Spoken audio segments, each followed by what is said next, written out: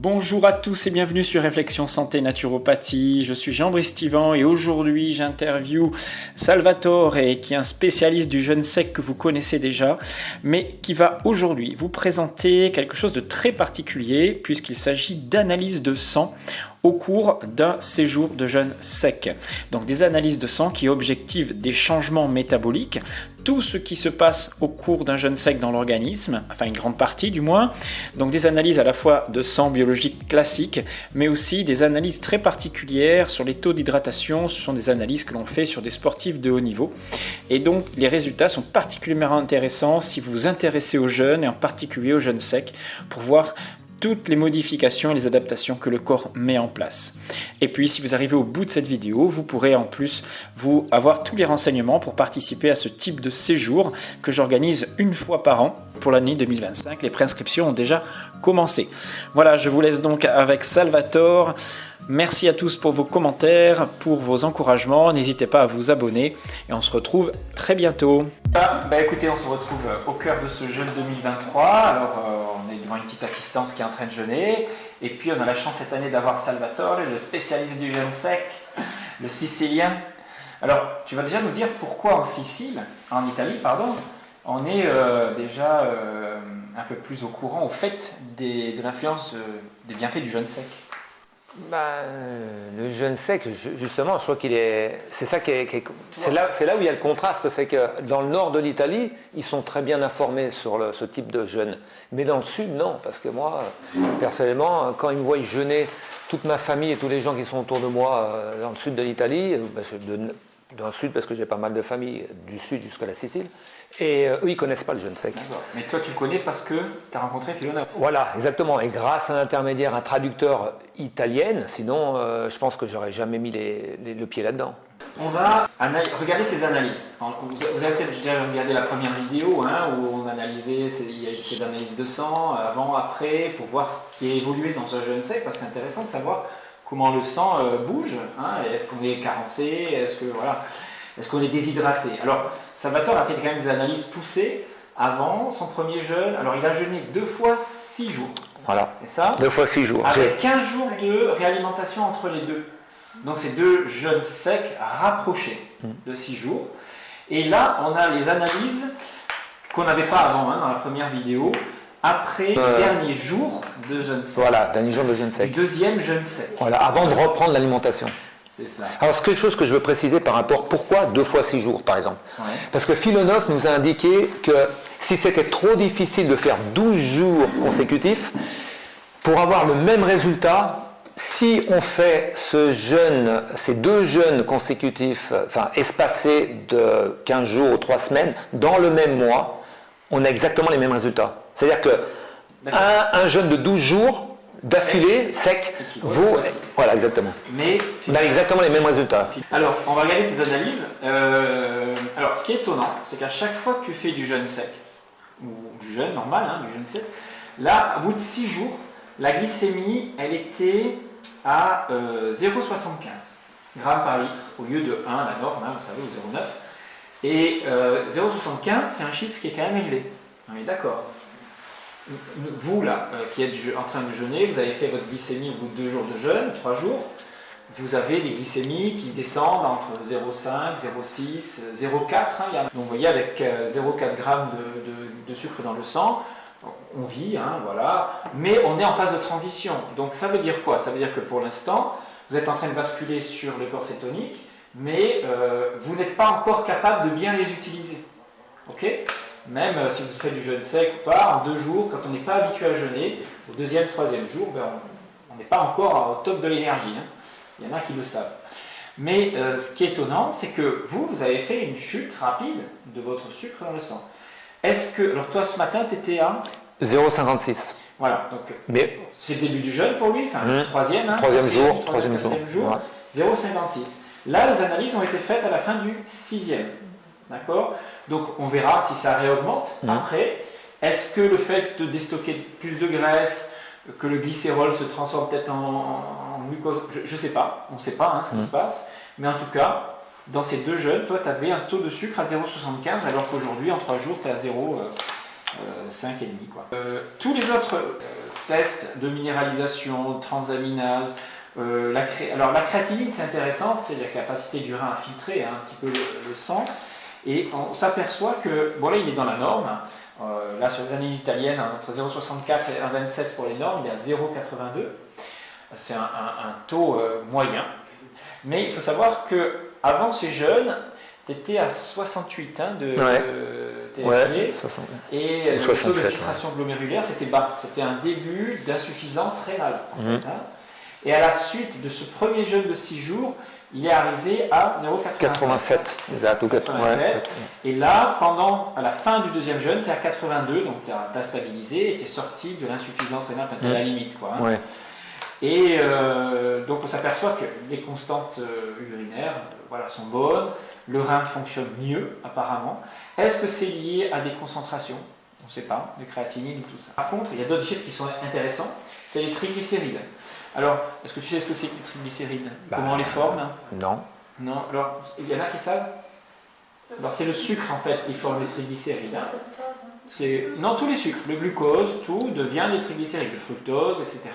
Quand on ne les brûle pas instantanément, quand ils sont stockés d'abord sous forme de glycogène, ces sucres, mais quand ça dépasse les capacités de stockage du foie et des muscles, très vite ça se transforme en triglycérides, qu'on retrouve dans le sang et ensuite autour des organes, s'il y en a trop.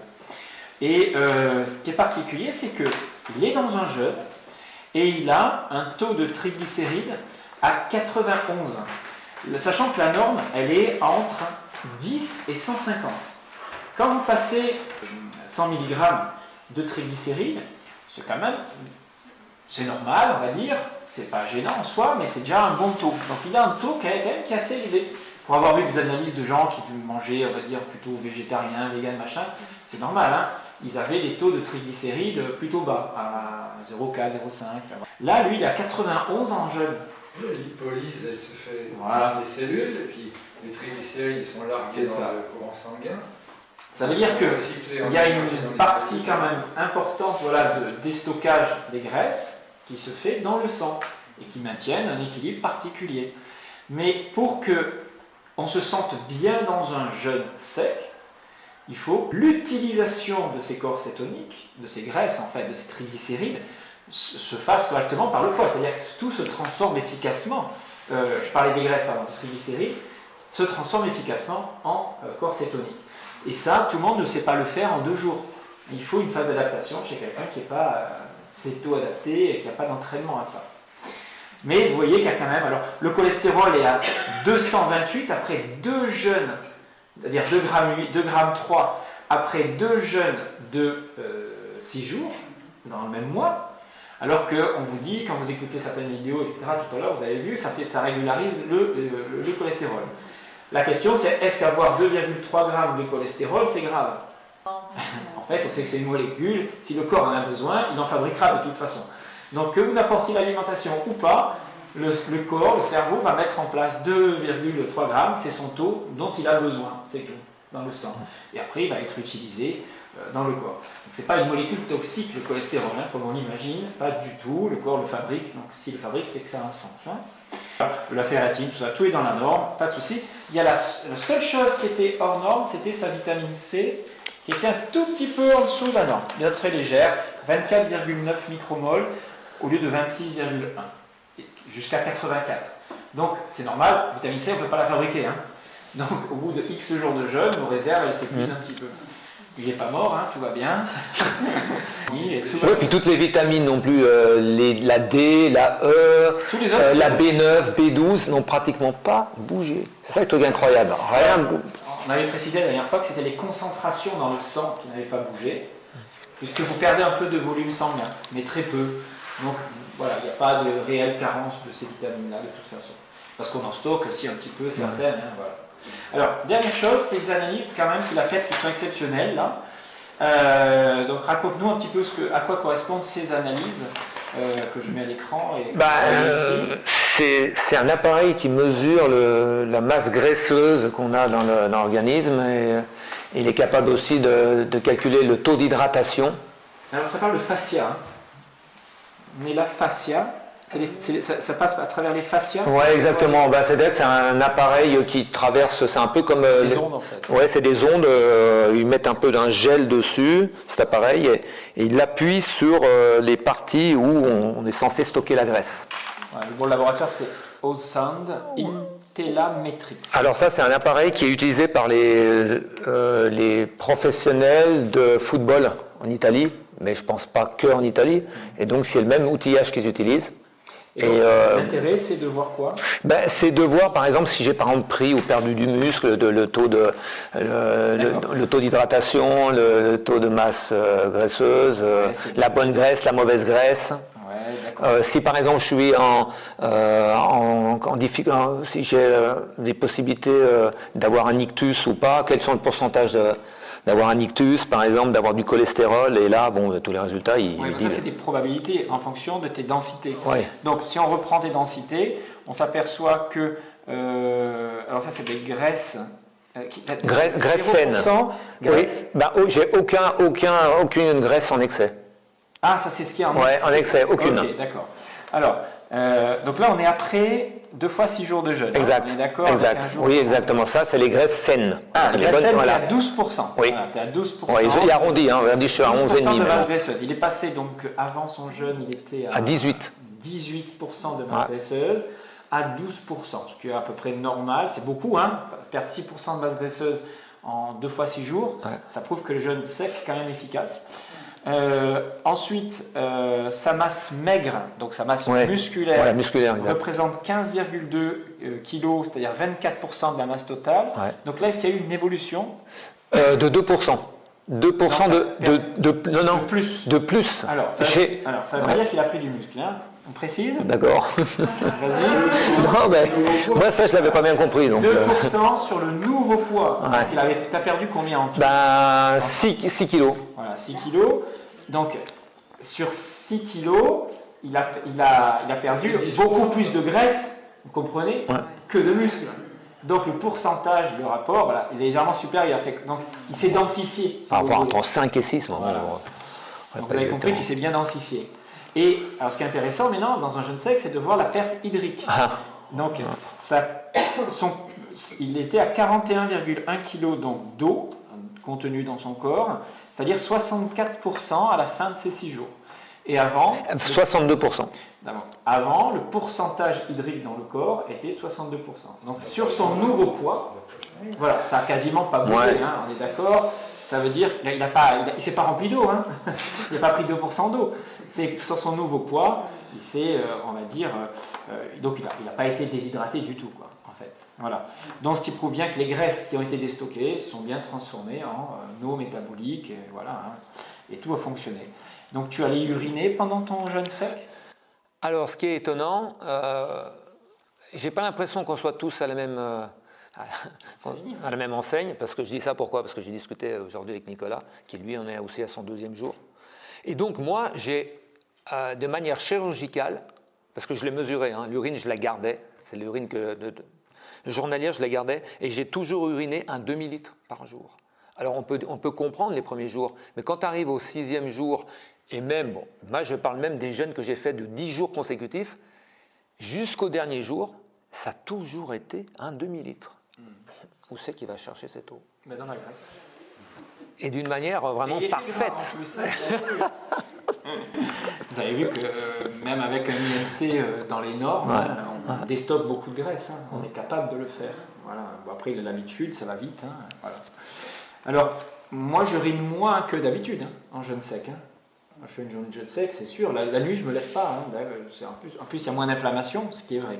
Alors, justement, par rapport à ce mécanisme d'inflammation, on vient de voir une vidéo où on explique que le jeûne sec et Filonov, non, c'est Senikov, il expliquait qu'il incitait les gens à faire du jeûne sec quand ils avaient des inflammations, en particulier des maladies infectieuses, parce qu'il expliquait que les bactéries, hein, les éléments pathogènes, aimaient le substrat liquidien pour se développer. Et donc, quand il y a de l'inflammation, il y a des œdèmes, ce qui est connu, hein, c'est pour ça qu'on a mal, ça crée des distensions aussi dans le corps. Bon. La question que je vous pose, c'est est-ce que en supprimant l'inflammation, ce qui est vrai, vous diminuez l'état inflammatoire, pas que parce que vous enlevez de l'eau, dans l'organisme diminue les œdèmes, ça c'est une réalité. On les diminue aussi parce que quand on jeûne, on sécrète un peu de cortisol, un peu d'adrénaline, et donc ça pompe les œdèmes. Hein. Il faut savoir que quand on est en stress, on pompe les œdèmes. Donc c'est normal qu'il y ait moins d'inflammation, plus certaines molécules qu'on la relargue et qui vont diminuer l'inflammation hein, quand on est en jeûne. Hein, faut le savoir. La question que je vous pose, est-ce que c'est vraiment intéressant? Alors, il y a deux réponses. Voilà, hein. Ça dépend si c'est de l'inflammation chronique ou de l'inflammation aiguë ou subaiguë. Très bien. Et ça dépend si on considère que les phénomènes infectieux sont là pour de la réparation ou du nettoyage, ou très ou si c'est un vrai problématique. Très bien. Alors, on est dans un raisonnement où, en fait, on part du principe que si le corps met en place de l'inflammation, c'est qu'il a une raison de le faire. C'est pas parce qu'on manque de cortisol ou qu'on est épuisé ou qu'on a mal mangé. À un moment donné, bien sûr que quand vous mangez certains aliments, ça augmente l'inflammation. Mais l'inflammation en elle-même, c'est une réaction voulue par l'organisme pour, en fait, créer de la réparation à des endroits du corps. Voilà. Et bien sûr que c'est un peu plus compliqué que de dire, voilà, j'ai une inflammation, je mets du jeûne sec, j'enlève un peu d'eau, je mets des anti-inflammatoires naturels avec cortisol et je suis guéri. Pas du tout. C'est pas parce que vous enlevez de l'inflammation que vous allez guérir. Donc, par contre, quand on est dans un stress aigu, enfin une inflammation aiguë, une poussée de fièvre, vous avez une bronchite, des écoulements à mucus, des maladies d'écoulement, catarrhale, là, en phase aiguë, on appelle ça dans les crises épileptoïdes hein, de ces phases-là, vous toussez beaucoup, le fait de faire du jeûne sec va atténuer, mais diviser par 2, 3, 4, le symptôme, puisque vous allez pomper de l'œdème rapidement. Et vous allez vous en apercevoir très vite. On guérit d'une grippe beaucoup plus vite en jeûne ou en jeûne sec que si on continue à s'alimenter, à boire. Hein, c'est une évidence. Alors, je ne dis pas on guérit la grippe, on limite les symptômes inflammatoires qui sont dérangeants. Et on supporte beaucoup mieux la fièvre comme ça. C'est ce que j'ai observé, moi petit, je le faisais hein, de suite. Hein, mon père, c'était un petit lavement et on ne mangeait pas. Et on toussait beaucoup moins, on passait les nuits, c'était plus facile. Quoi, hein, voilà. Enfin, ça, je l'ai fait quand j'étais ado. Plus jeune, on ne faisait pas de lavement. Mais on ne mangeait pas, on ne nous forçait pas à manger quand on était malade. Hein. Voilà, vous comprenez, mange pour aller de force. Toi, est-ce que tu as constaté dans tes jeûnes secs une amélioration d'inflammation? Est-ce que tu en avais ou pas? Eh bien, effectivement. Je dois dire que comme je faisais beaucoup de courses longues, type de marathon ou triathlon, à chaque fois que je fais une compétition comme ça, il y a des douleurs que j'avais oubliées qui sont revenues, comme des douleurs par exemple au genou droit, je me rappelle, au genou droit et à la cheville droite.